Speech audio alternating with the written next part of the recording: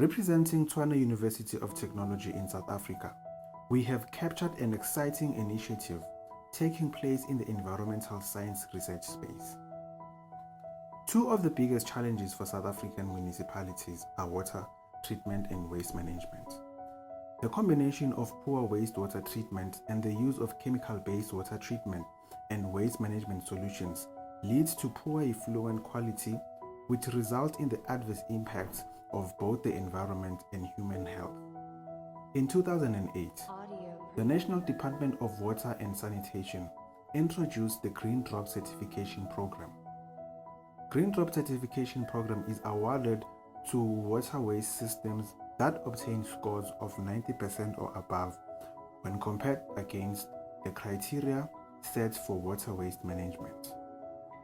The Asport Water Waste Treatment Works in the city of Tshwane is one of the oldest water waste treatment plants in South Africa. The plant is situated close to the central business districts.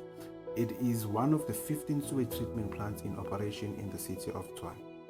Selom Paha is the divisional head of city sustainability in the city of Tshwane within the office of the executive mayor.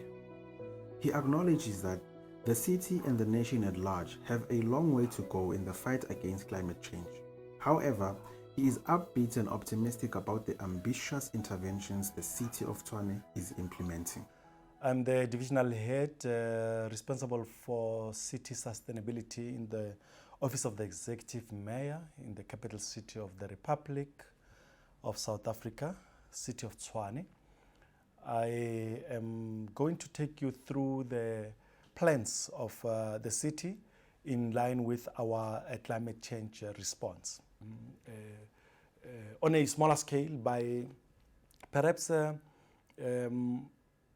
individuals that are maybe ignorant of the impact of polluting our streams, our rivers, and especially those that are informally invading some of the open areas. They do not have formal facilities where they can ablution facilities where they can relieve themselves. So they end up putting everything into that stream, nearby stream, and forgetting that downstream someone might be using such kind of water source. With a chemical compliance of 74.2% in the 2014 Green Drop Certification report, Asport is one of the top performing wastewater treatment plants in South Africa. Despite the positive outcomes in the Green Drop program, which aims to incentivize high standards in wastewater management and wastewater treatment, South African municipalities face various challenges in water treatment and waste management, hence the need for more innovative solutions to alleviate water treatment and waste management challenges. I'm going to explain a wastewater treatment plant. Then the first process that I'm going to explain is we have both the biofilter and activated sludge process plant. After the water goes to the screen, whereby in the screen is whereby our papers, plastics and rags are removed. From there, we go to the grit removal process, whereby our sand, glass is removed. Okay. Then we go to our activated sludge process. In our activated sludge process, we have 3 zones, which is our anaerobic zone. In our anaerobic zone is whereby our ammonia it's whereby our phosphates are removed. Then we go to the anoxic zone. In an anoxic zone is whereby nitrate is converted to nitrogen gas and it escapes in the atmosphere. The last zone is the aerobic zone. In the aerobic zone is whereby our ammonia, it's firstly converted to nitrate, then to nitrate. Then our wastewater leaves the activated sludge process and goes to our secondary cycling tank, whereby cycling takes place as well. Then after, it's disinfected with chlorine. Pinky Mukwena is the brains behind the organic wastewater treatment innovation. She is a master's degree student in the environmental sciences at the Tshwane University of Technology. Her innovation won the first prize at the overall Inter-University Innovation Challenge 2021 Blue Oceans Award. There's one thing that we learn about ecosystem dynamics. It's that one thing always leads to the other. And so it's no different in water chemistry as well.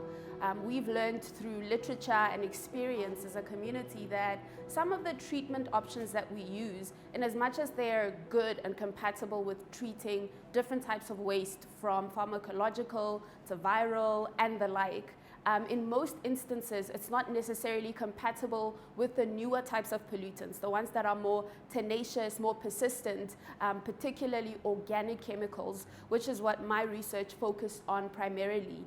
These chemicals that are strongly bound to each other and that can be found through different processes, really. They're created rather through different processes from some of the products that we use dating back to the 1950s. These pollutants, like I said, they are normally released into our environments because of the product carriers that we normally use in our convenience products. Stuff like popcorn boxes, non-stick cookware, food-resistant, oil-resistant packaging, and the like. So these sorts of products are normally created through processes that result in these organic chemicals being present. And the organic chemicals that I'm specifically speaking about are perfluoroalkyl substances, lengthy word for PFAS, strongly bound organic chemicals. So when they're released into our water systems, they cannot be degraded in the normal ways that our treatment processes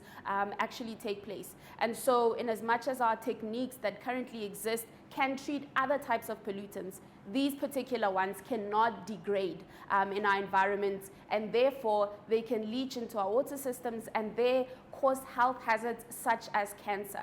And so our research introduces this idea of looking beyond the simple, looking beyond the complexities of life to find solutions in simple things such as organic material or organic waste material. There's a material known as maize tassel, which occurs at the apex of any male maize plant. So it normally assists with fertilizing the maize plant, but once the cobs that we eat are harvested, the maize tassels themselves are either thrown away, or in most cases, because of the need to use the space for mass production of maize, it gets incinerated. And we know what happens when waste material or materials in general get incinerated.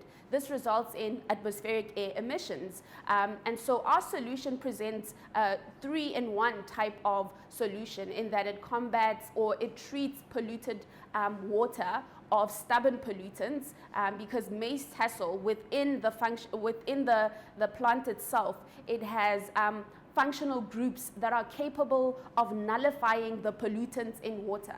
So what we do is create a filtration system using the adsorption technique where ground maize tassel is filtered with polluted water, and so the pollutants themselves are nullified and their toxicity is removed because the chemical makeup is broken down. So that's the one hand, treating water. On the second hand, it's the maize tassel that needed space or to be incinerated no longer gets to be incinerated, and so organic waste management is also addressed. And last but not least is the fact that no need for incineration happens, which means there's no need for air emissions to be released. And so that is why it's a 3-in-1 solution. It's a triple impact.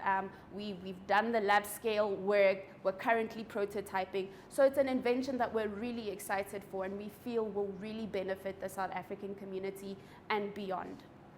But I'm also looking forward to collaborating with other communicators, bringing in all sorts of influencers and people that really can help in spreading awareness on how it's normally the simple things that are needed to address the complex issues. An innovative treatment method such as the one Mukwena is inventing will ensure quality water for the city of Tshwane and South Africa at large. This will result in alleviating the adverse impact on human health, the environment, and the climate.